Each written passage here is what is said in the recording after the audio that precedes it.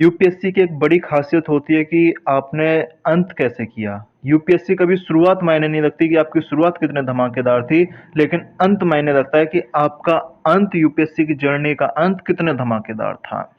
इसी कड़ी में आज हम एपिसोड नंबर 11 रिया डावी मैम और सत्यम गांधी सर की जो कॉपी डिस्कस कर रहे हैं उसका एपिसोड नंबर 11 डिस्कस करने वाले हैं। इससे पहले हम 10 लेक्चर या 10 वीडियो जिस पे बना चुके हैं। एक और चीज़, पेपर वन ए खत्म होने वाला है। लगभग पेपर बने में जितनी भी आइडियोलॉजीज थी हमने लगभग सबको एक तरह से टच किया। जितने हमने स्कॉलर्स थे उनको टच करने की कोशिश की है, या जितनी बाकी भी जो कुछ नई चीज़ें थी जो पेपर वन में, जैसे कि इक्वलिटी, लिबर्टी, जस्टिस, ये सारी चीज़ें हमने पॉलिटिकल थ्योरीज को डिस्कस करने की कोशिश की है। अगर अभी तक आपने बाकी 10 वीडियोज़ नहीं देखे हैं तो उनको देख लीजिएगा। आज मैं चैनल को सब्सक्राइब करने के लिए नहीं बोलूँगा, वो आपकी मर्जी, करिएगा तो आपका फ़ायदा, नहीं करिएगा तो आप अपना फ़ायदा नुकसान खुद डिसाइड कर लीजिएगा। हम सीधे वीडियो की तरफ बढ़ते हैं। वीडियो में क्या कहा है, वीडियो की शुरुआत करते हैं। तो आज इनका क्वेश्चन एक जो डिस्कस करने वाले हैं, इनका और सत्यम गांधी सर का, जैसा आपको पता है मैं डेली 2 कॉपी एक साथ डिस्कस करता हूँ। उसी कड़ी में आज 2 क्वेश्चन हम एक साथ एक ही क्वेश्चन को दोनों कॉपियों में डिस्कस करने वाले हैं। तो शुरुआत करें क्वेश्चन की। सबसे पहले क्वेश्चन किसके बेस पे है? क्वेश्चन है आज डोमिनेशन एंड हेजेमनी। ये क्वेश्चन है difference between domination and hegemony.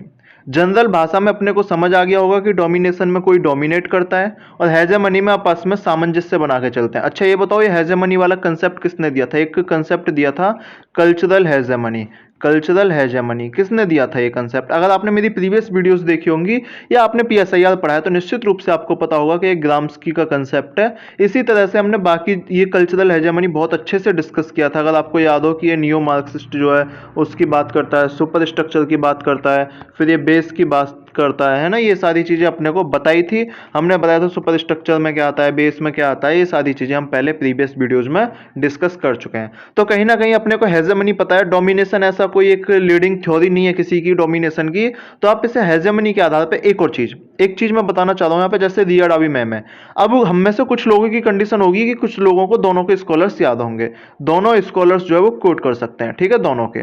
कुछ लोग ऐसे होंगे जिनको दोनों का बस कंसेप्ट पता है, हेजेमनी पता है कि ग्राम्स्की का कंसेप्ट है ना, डोमिनेशन नहीं पता किसका कंसेप्ट है, बस जनरल मीनिंग पता है। और कुछ लोग ऐसे होंगे जिनके लिए नया टॉपिक होगा, तो जिनके लिए नया टॉपिक है वो तो भाई जाके पढ़ाई करो, है ना, वो तो पीएसआईआर के नोट्स देखो। लेकिन जिनके लिए ऐसा टॉपिक है जिन्होंने हेजेमनी पढ़ा हुआ है, डोमिनेशन थोड़ा बहुत पता है ना, तो वो कैसे करेंगे अब इस क्वेश्चन को, जिन्हें स्कॉलर्स नहीं पता, मेनली बात यह है। तो ये रिया डावी मैम ने ऐसे ही, यानी कि एक जनरल अप्रोच से बेस्ट आंसर कैसे बनाए वो यहाँ पे रिया डावी मैम ने करके दिखाया है। देख लेते हैं क्या लिखा है इन्होंने। इंट्रोडक्शन की बात करते हैं सबसे पहले। Hegemony defines the limit of common sense.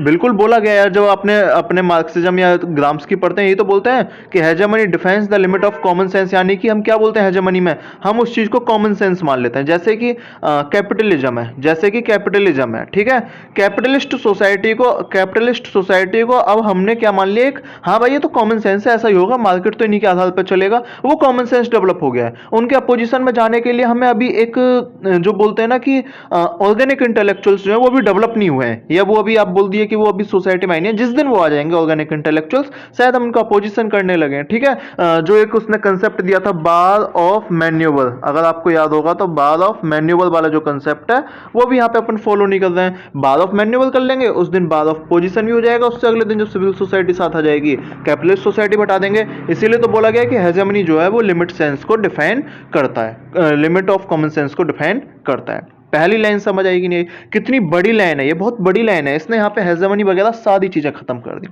It means manufacturing consent for a particular idea. अभी मैंने कैपिटलिस्ट वाला एग्जांपल दिया।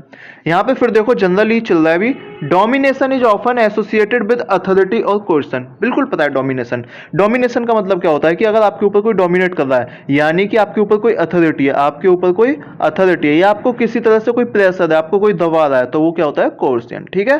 तो ये डोमिनेशन की इन्होंने एक जनरल डेफिनेशन यहां देने की कोशिश करी है। इंट्रोडक्शन इतना ही होना था। अगर आपने क्वेश्चन थोड़ा बहुत जनरल आता है, और मुझे लग रहा है रिया डावी मैम को भी यहाँ जनरल ही आया होगा, क्योंकि इतना बड़ा कभी किसी ने देखा नहीं है। ये टेस्ट सीरीज वाले एकदम नए नए क्वेश्चन लाते हैं कभी कभी, है ना, तो नए क्वेश्चन को कैसे हैंडल करें देखिए इस वीडियो में, मात्र सीखें 10 मिनट में, ऐसी वीडियो देख लो यार कोई, ठीक है। तो hegemony in the extreme sense becomes domination.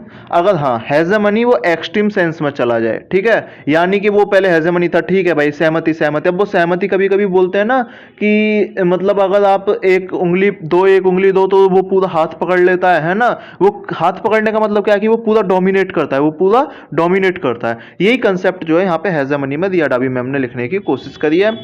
Sense become domination, example capitalism, अरे गजब, मैं तो होशियार हो गया। Has become the hegemonic ideology, ठीक है, इनकी hegemonic ideology. And now the world is dominated by capitalist, मैंने एग्जाम्पल दे दिया।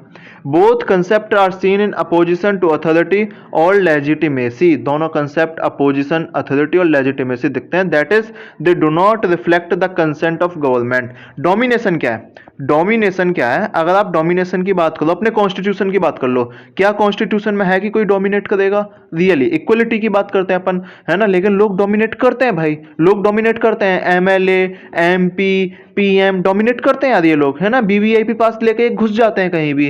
तो लेकिन ये क्या दिखाता है कि भाई ये लेजिटिमेट तो नहीं है, यानी कि रूल ने तो नहीं बनाया हुआ कि आप ऐसा करोगे, लेकिन फिर भी ये कंसेंट ऑफ गवर्नमेंट को रिफ्लेक्ट, गवर्नमेंट जो है उनकी कंसेंट को रिफ्लेक्ट नहीं करता। अब गवर्नमेंट थोड़ी ना चाहेगा कि एमपी एमएलए का बेटा कोई भी कुछ करे, है ना, और उल्टे सीधे काम करे, लेकिन चलती है यार इनकी लोगों की, है ना। तो कहीं ना कहीं वो जो गवर्नड होते हैं, यानी कि जो जिन पे रूल किया जा रहा है, जिन पे रूल किया जा रहा है, जो रूल्ड है, ठीक है, जो रूल्ड पीपल है ना, किसके द्वारा? रूलर के द्वारा। तो कहीं ना कहीं रूलर से कंसेंट उनकी नहीं मिलती है। अगर हेजेमनी एक्सट्रीम हो जाए, हेजेमनी एक्सट्रीम हो जाए, या फिर डोमिनेशन हो, या फिर डोमिनेशन हो। बोलो ये चीज समझ आई होगी कि नहीं आई होगी? बहुत सरल भाषा में ही इन्होंने लिखा है। देयर इज नो कंसेंसस और dialogue but certain ideas are imposed on the people forcefully. वही यार, कोई कंसेंसस नहीं होता, कोई डायलॉग नहीं होता, लेकिन है कुछ आइडियाज जो फोर्सफुली जो है एक तरह से मतलब दे दिए जाते हैं कि बस तुम्हें ये फॉलो करना है, ठीक है। However A state can not function solely on the basis of force. ये भी सच्चाई है कि स्टेट जो है कभी भी फोर्स के आधार पे काम नहीं कर सकता, फोर्स के बेस पे काम नहीं कर सकता, ठीक है। एक हन्ना एरेंट को क्या बोला है? अगर हन्ना एरेंट ने क्या बोला है कि अगर कोई भी स्टेट फोर्स को यूज करता है तो उसे उन्होंने वायलेंस का नाम दिया है, उसने उन्होंने पावर का नाम नहीं दिया। और कभी भी अपने को ध्यान हो कि वायलेंस जो है एक लॉन्ग टर्म जो है वो नहीं रह सकता, ये भी चीज अपने को याद रखनी है। ये इन्होंने यहाँ बताने की कोशिश की है।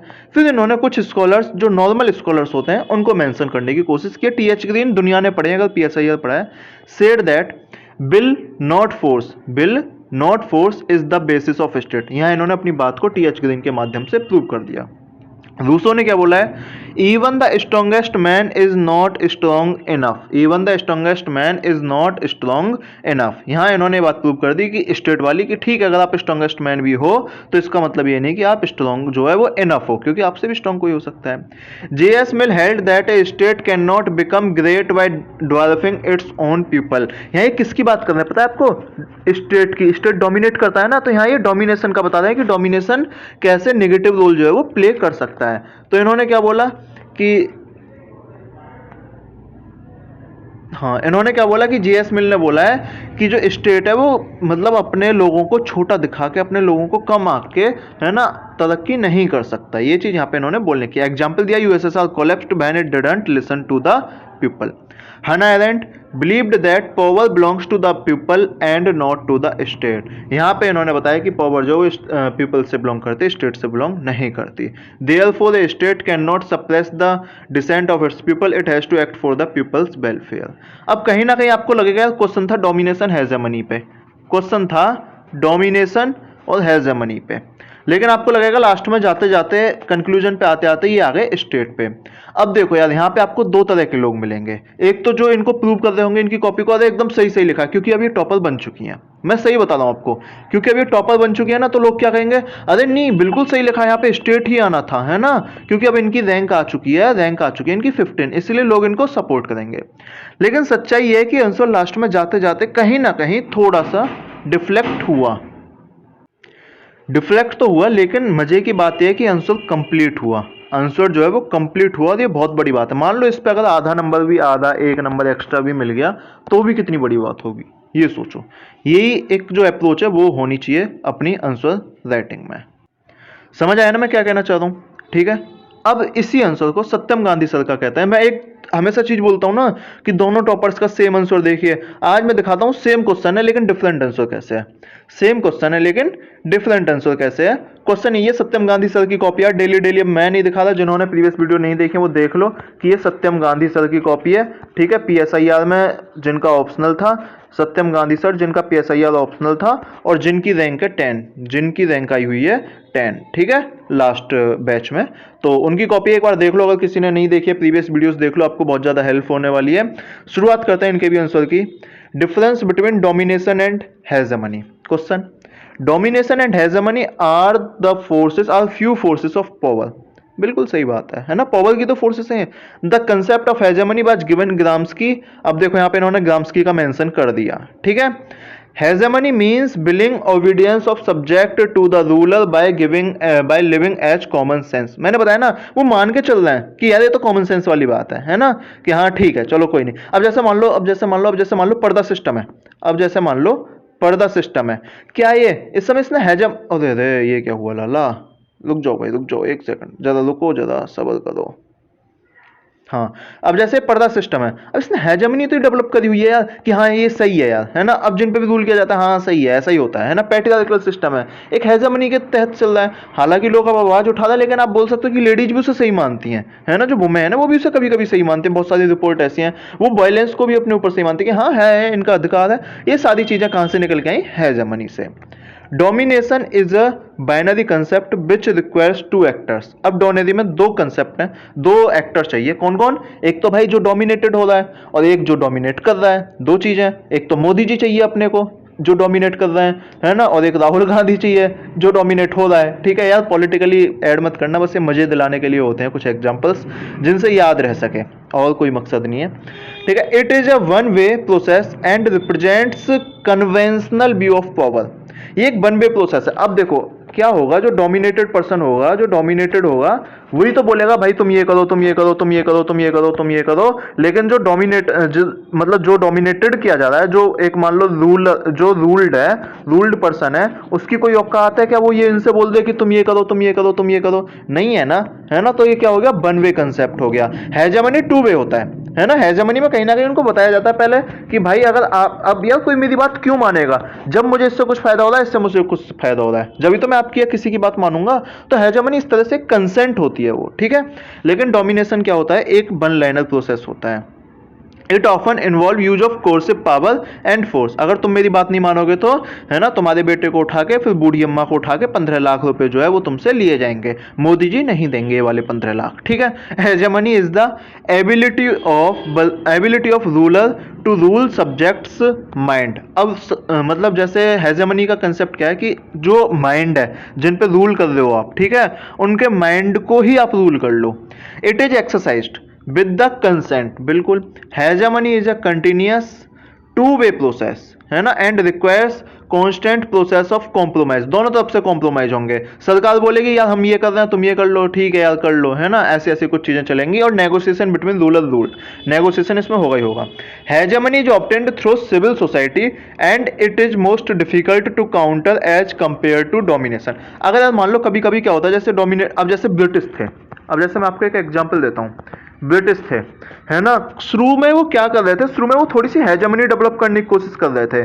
क्यों, सिविल सोसाइटी के माध्यम से, कि देखो भाई हम तुम्हारा डेवलपमेंट कर रहे हैं, हम तुम्हें मॉडर्न सोसाइटी बना रहे हैं, हम तुम्हें सिविल सोसाइटी बना रहे हैं। इसीलिए तो शुरू के जो मॉडरेट्स थे वो अपोजिशन में नहीं आते थे ब्रिटिश के, है ना, खुल के अपोजिशन नहीं आते थे। लेकिन बाद में क्या हुआ, जब ये हेजेमनी डोमिनेशन में कन्वर्ट हो गई, फिर बाद में एक्सट्रीमिस्ट जो हैं वो निकल के आए और उन्होंने बोला कि ये डोमिनेशन जो है, वहां पे उन्होंने डोमिनेशन को अच्छे से काउंटर किया। ठीक है, तो ये हेजेमनी और डोमिनेशन का एक सबसे बेस्ट एग्जांपल आप अपने पेपर में कोट कर सकते हो। नेक्स्ट क्या लिखते हैं, शायद कंक्लूजन होगा ये मेरे हिसाब से। Thus domination and hegemony are the side of same coin, are the two side of same coin, बिल्कुल। And instrument to exercise influence and power over others, और दूसरे पे पावर और इन्फ्लुएंस करती हैं। ये कहीं ना कहीं मुझे कंक्लूजन लगा जो क्वेश्चन पे खत्म हुआ है, मतलब जो क्वेश्चन का कंक्लूजन है ये हो सकता है अगर आपका जनरल आंसर है तो भी। ठीक है, तो बस वही वाली बात है यार। अब आप बोलोगे कि अब मैं भी ऐसा इसलिए बोल रहा हूँ कि रैंक 10 की कॉपी है ना। अभी नहीं तो ये मेरी कॉपी होती तो आप भी 10 लोग कम ही निकाल रहे होते इसमें कि भाई इसमें ऐसा कर ले, इसमें ऐसा कर ले। लेकिन ये चीजें होती हैं जनरल आंसर, आप उस टाइम पेपर में इतना नहीं सोच पाते। अगर आप इतना भी जनरल आंसर लिख रहे हैं तो जो एक मैक्सिमम मार्क्स है, जो मैक्सिमम मार्क्स हैं आप वो लेके जा सकते हैं इस पेपर में। ठीक है, इस पेपर की खासियत यही है कि आपको पेपर में सोचना है, आपको पेपर में सोचना है, सबसे बड़ी बात यह है। और सोच के क्या करना है, उसे लिखना है, सबसे बड़ी बात यह है। ठीक है, वीडियो आपको अच्छी लगी होगी, वीडियो में आपको चीजें पता पड़ी होंगी, चीजें समझ आई होंगी, और बहुत सारी चीजें ऐड भी कर सकते हैं जो आप भी ऐड कर सकते हैं कमेंट सेक्शन में। जैसा मैंने शुरू में बोला था, सब्सक्राइब करें ना करें आपकी मर्जी, लेकिन एक रिक्वेस्ट के तौर पर, एक यूट्यूबर के धर्म के नाते मैं बोल सकता हूं कि प्लीज चैनल को सब्सक्राइब कीजिएगा, वीडियो को लाइक कीजिएगा और शेयर करना ना भूलें। मिलते हैं नेक्स्ट वीडियो में, तब तक के लिए टाटा बाय बाय।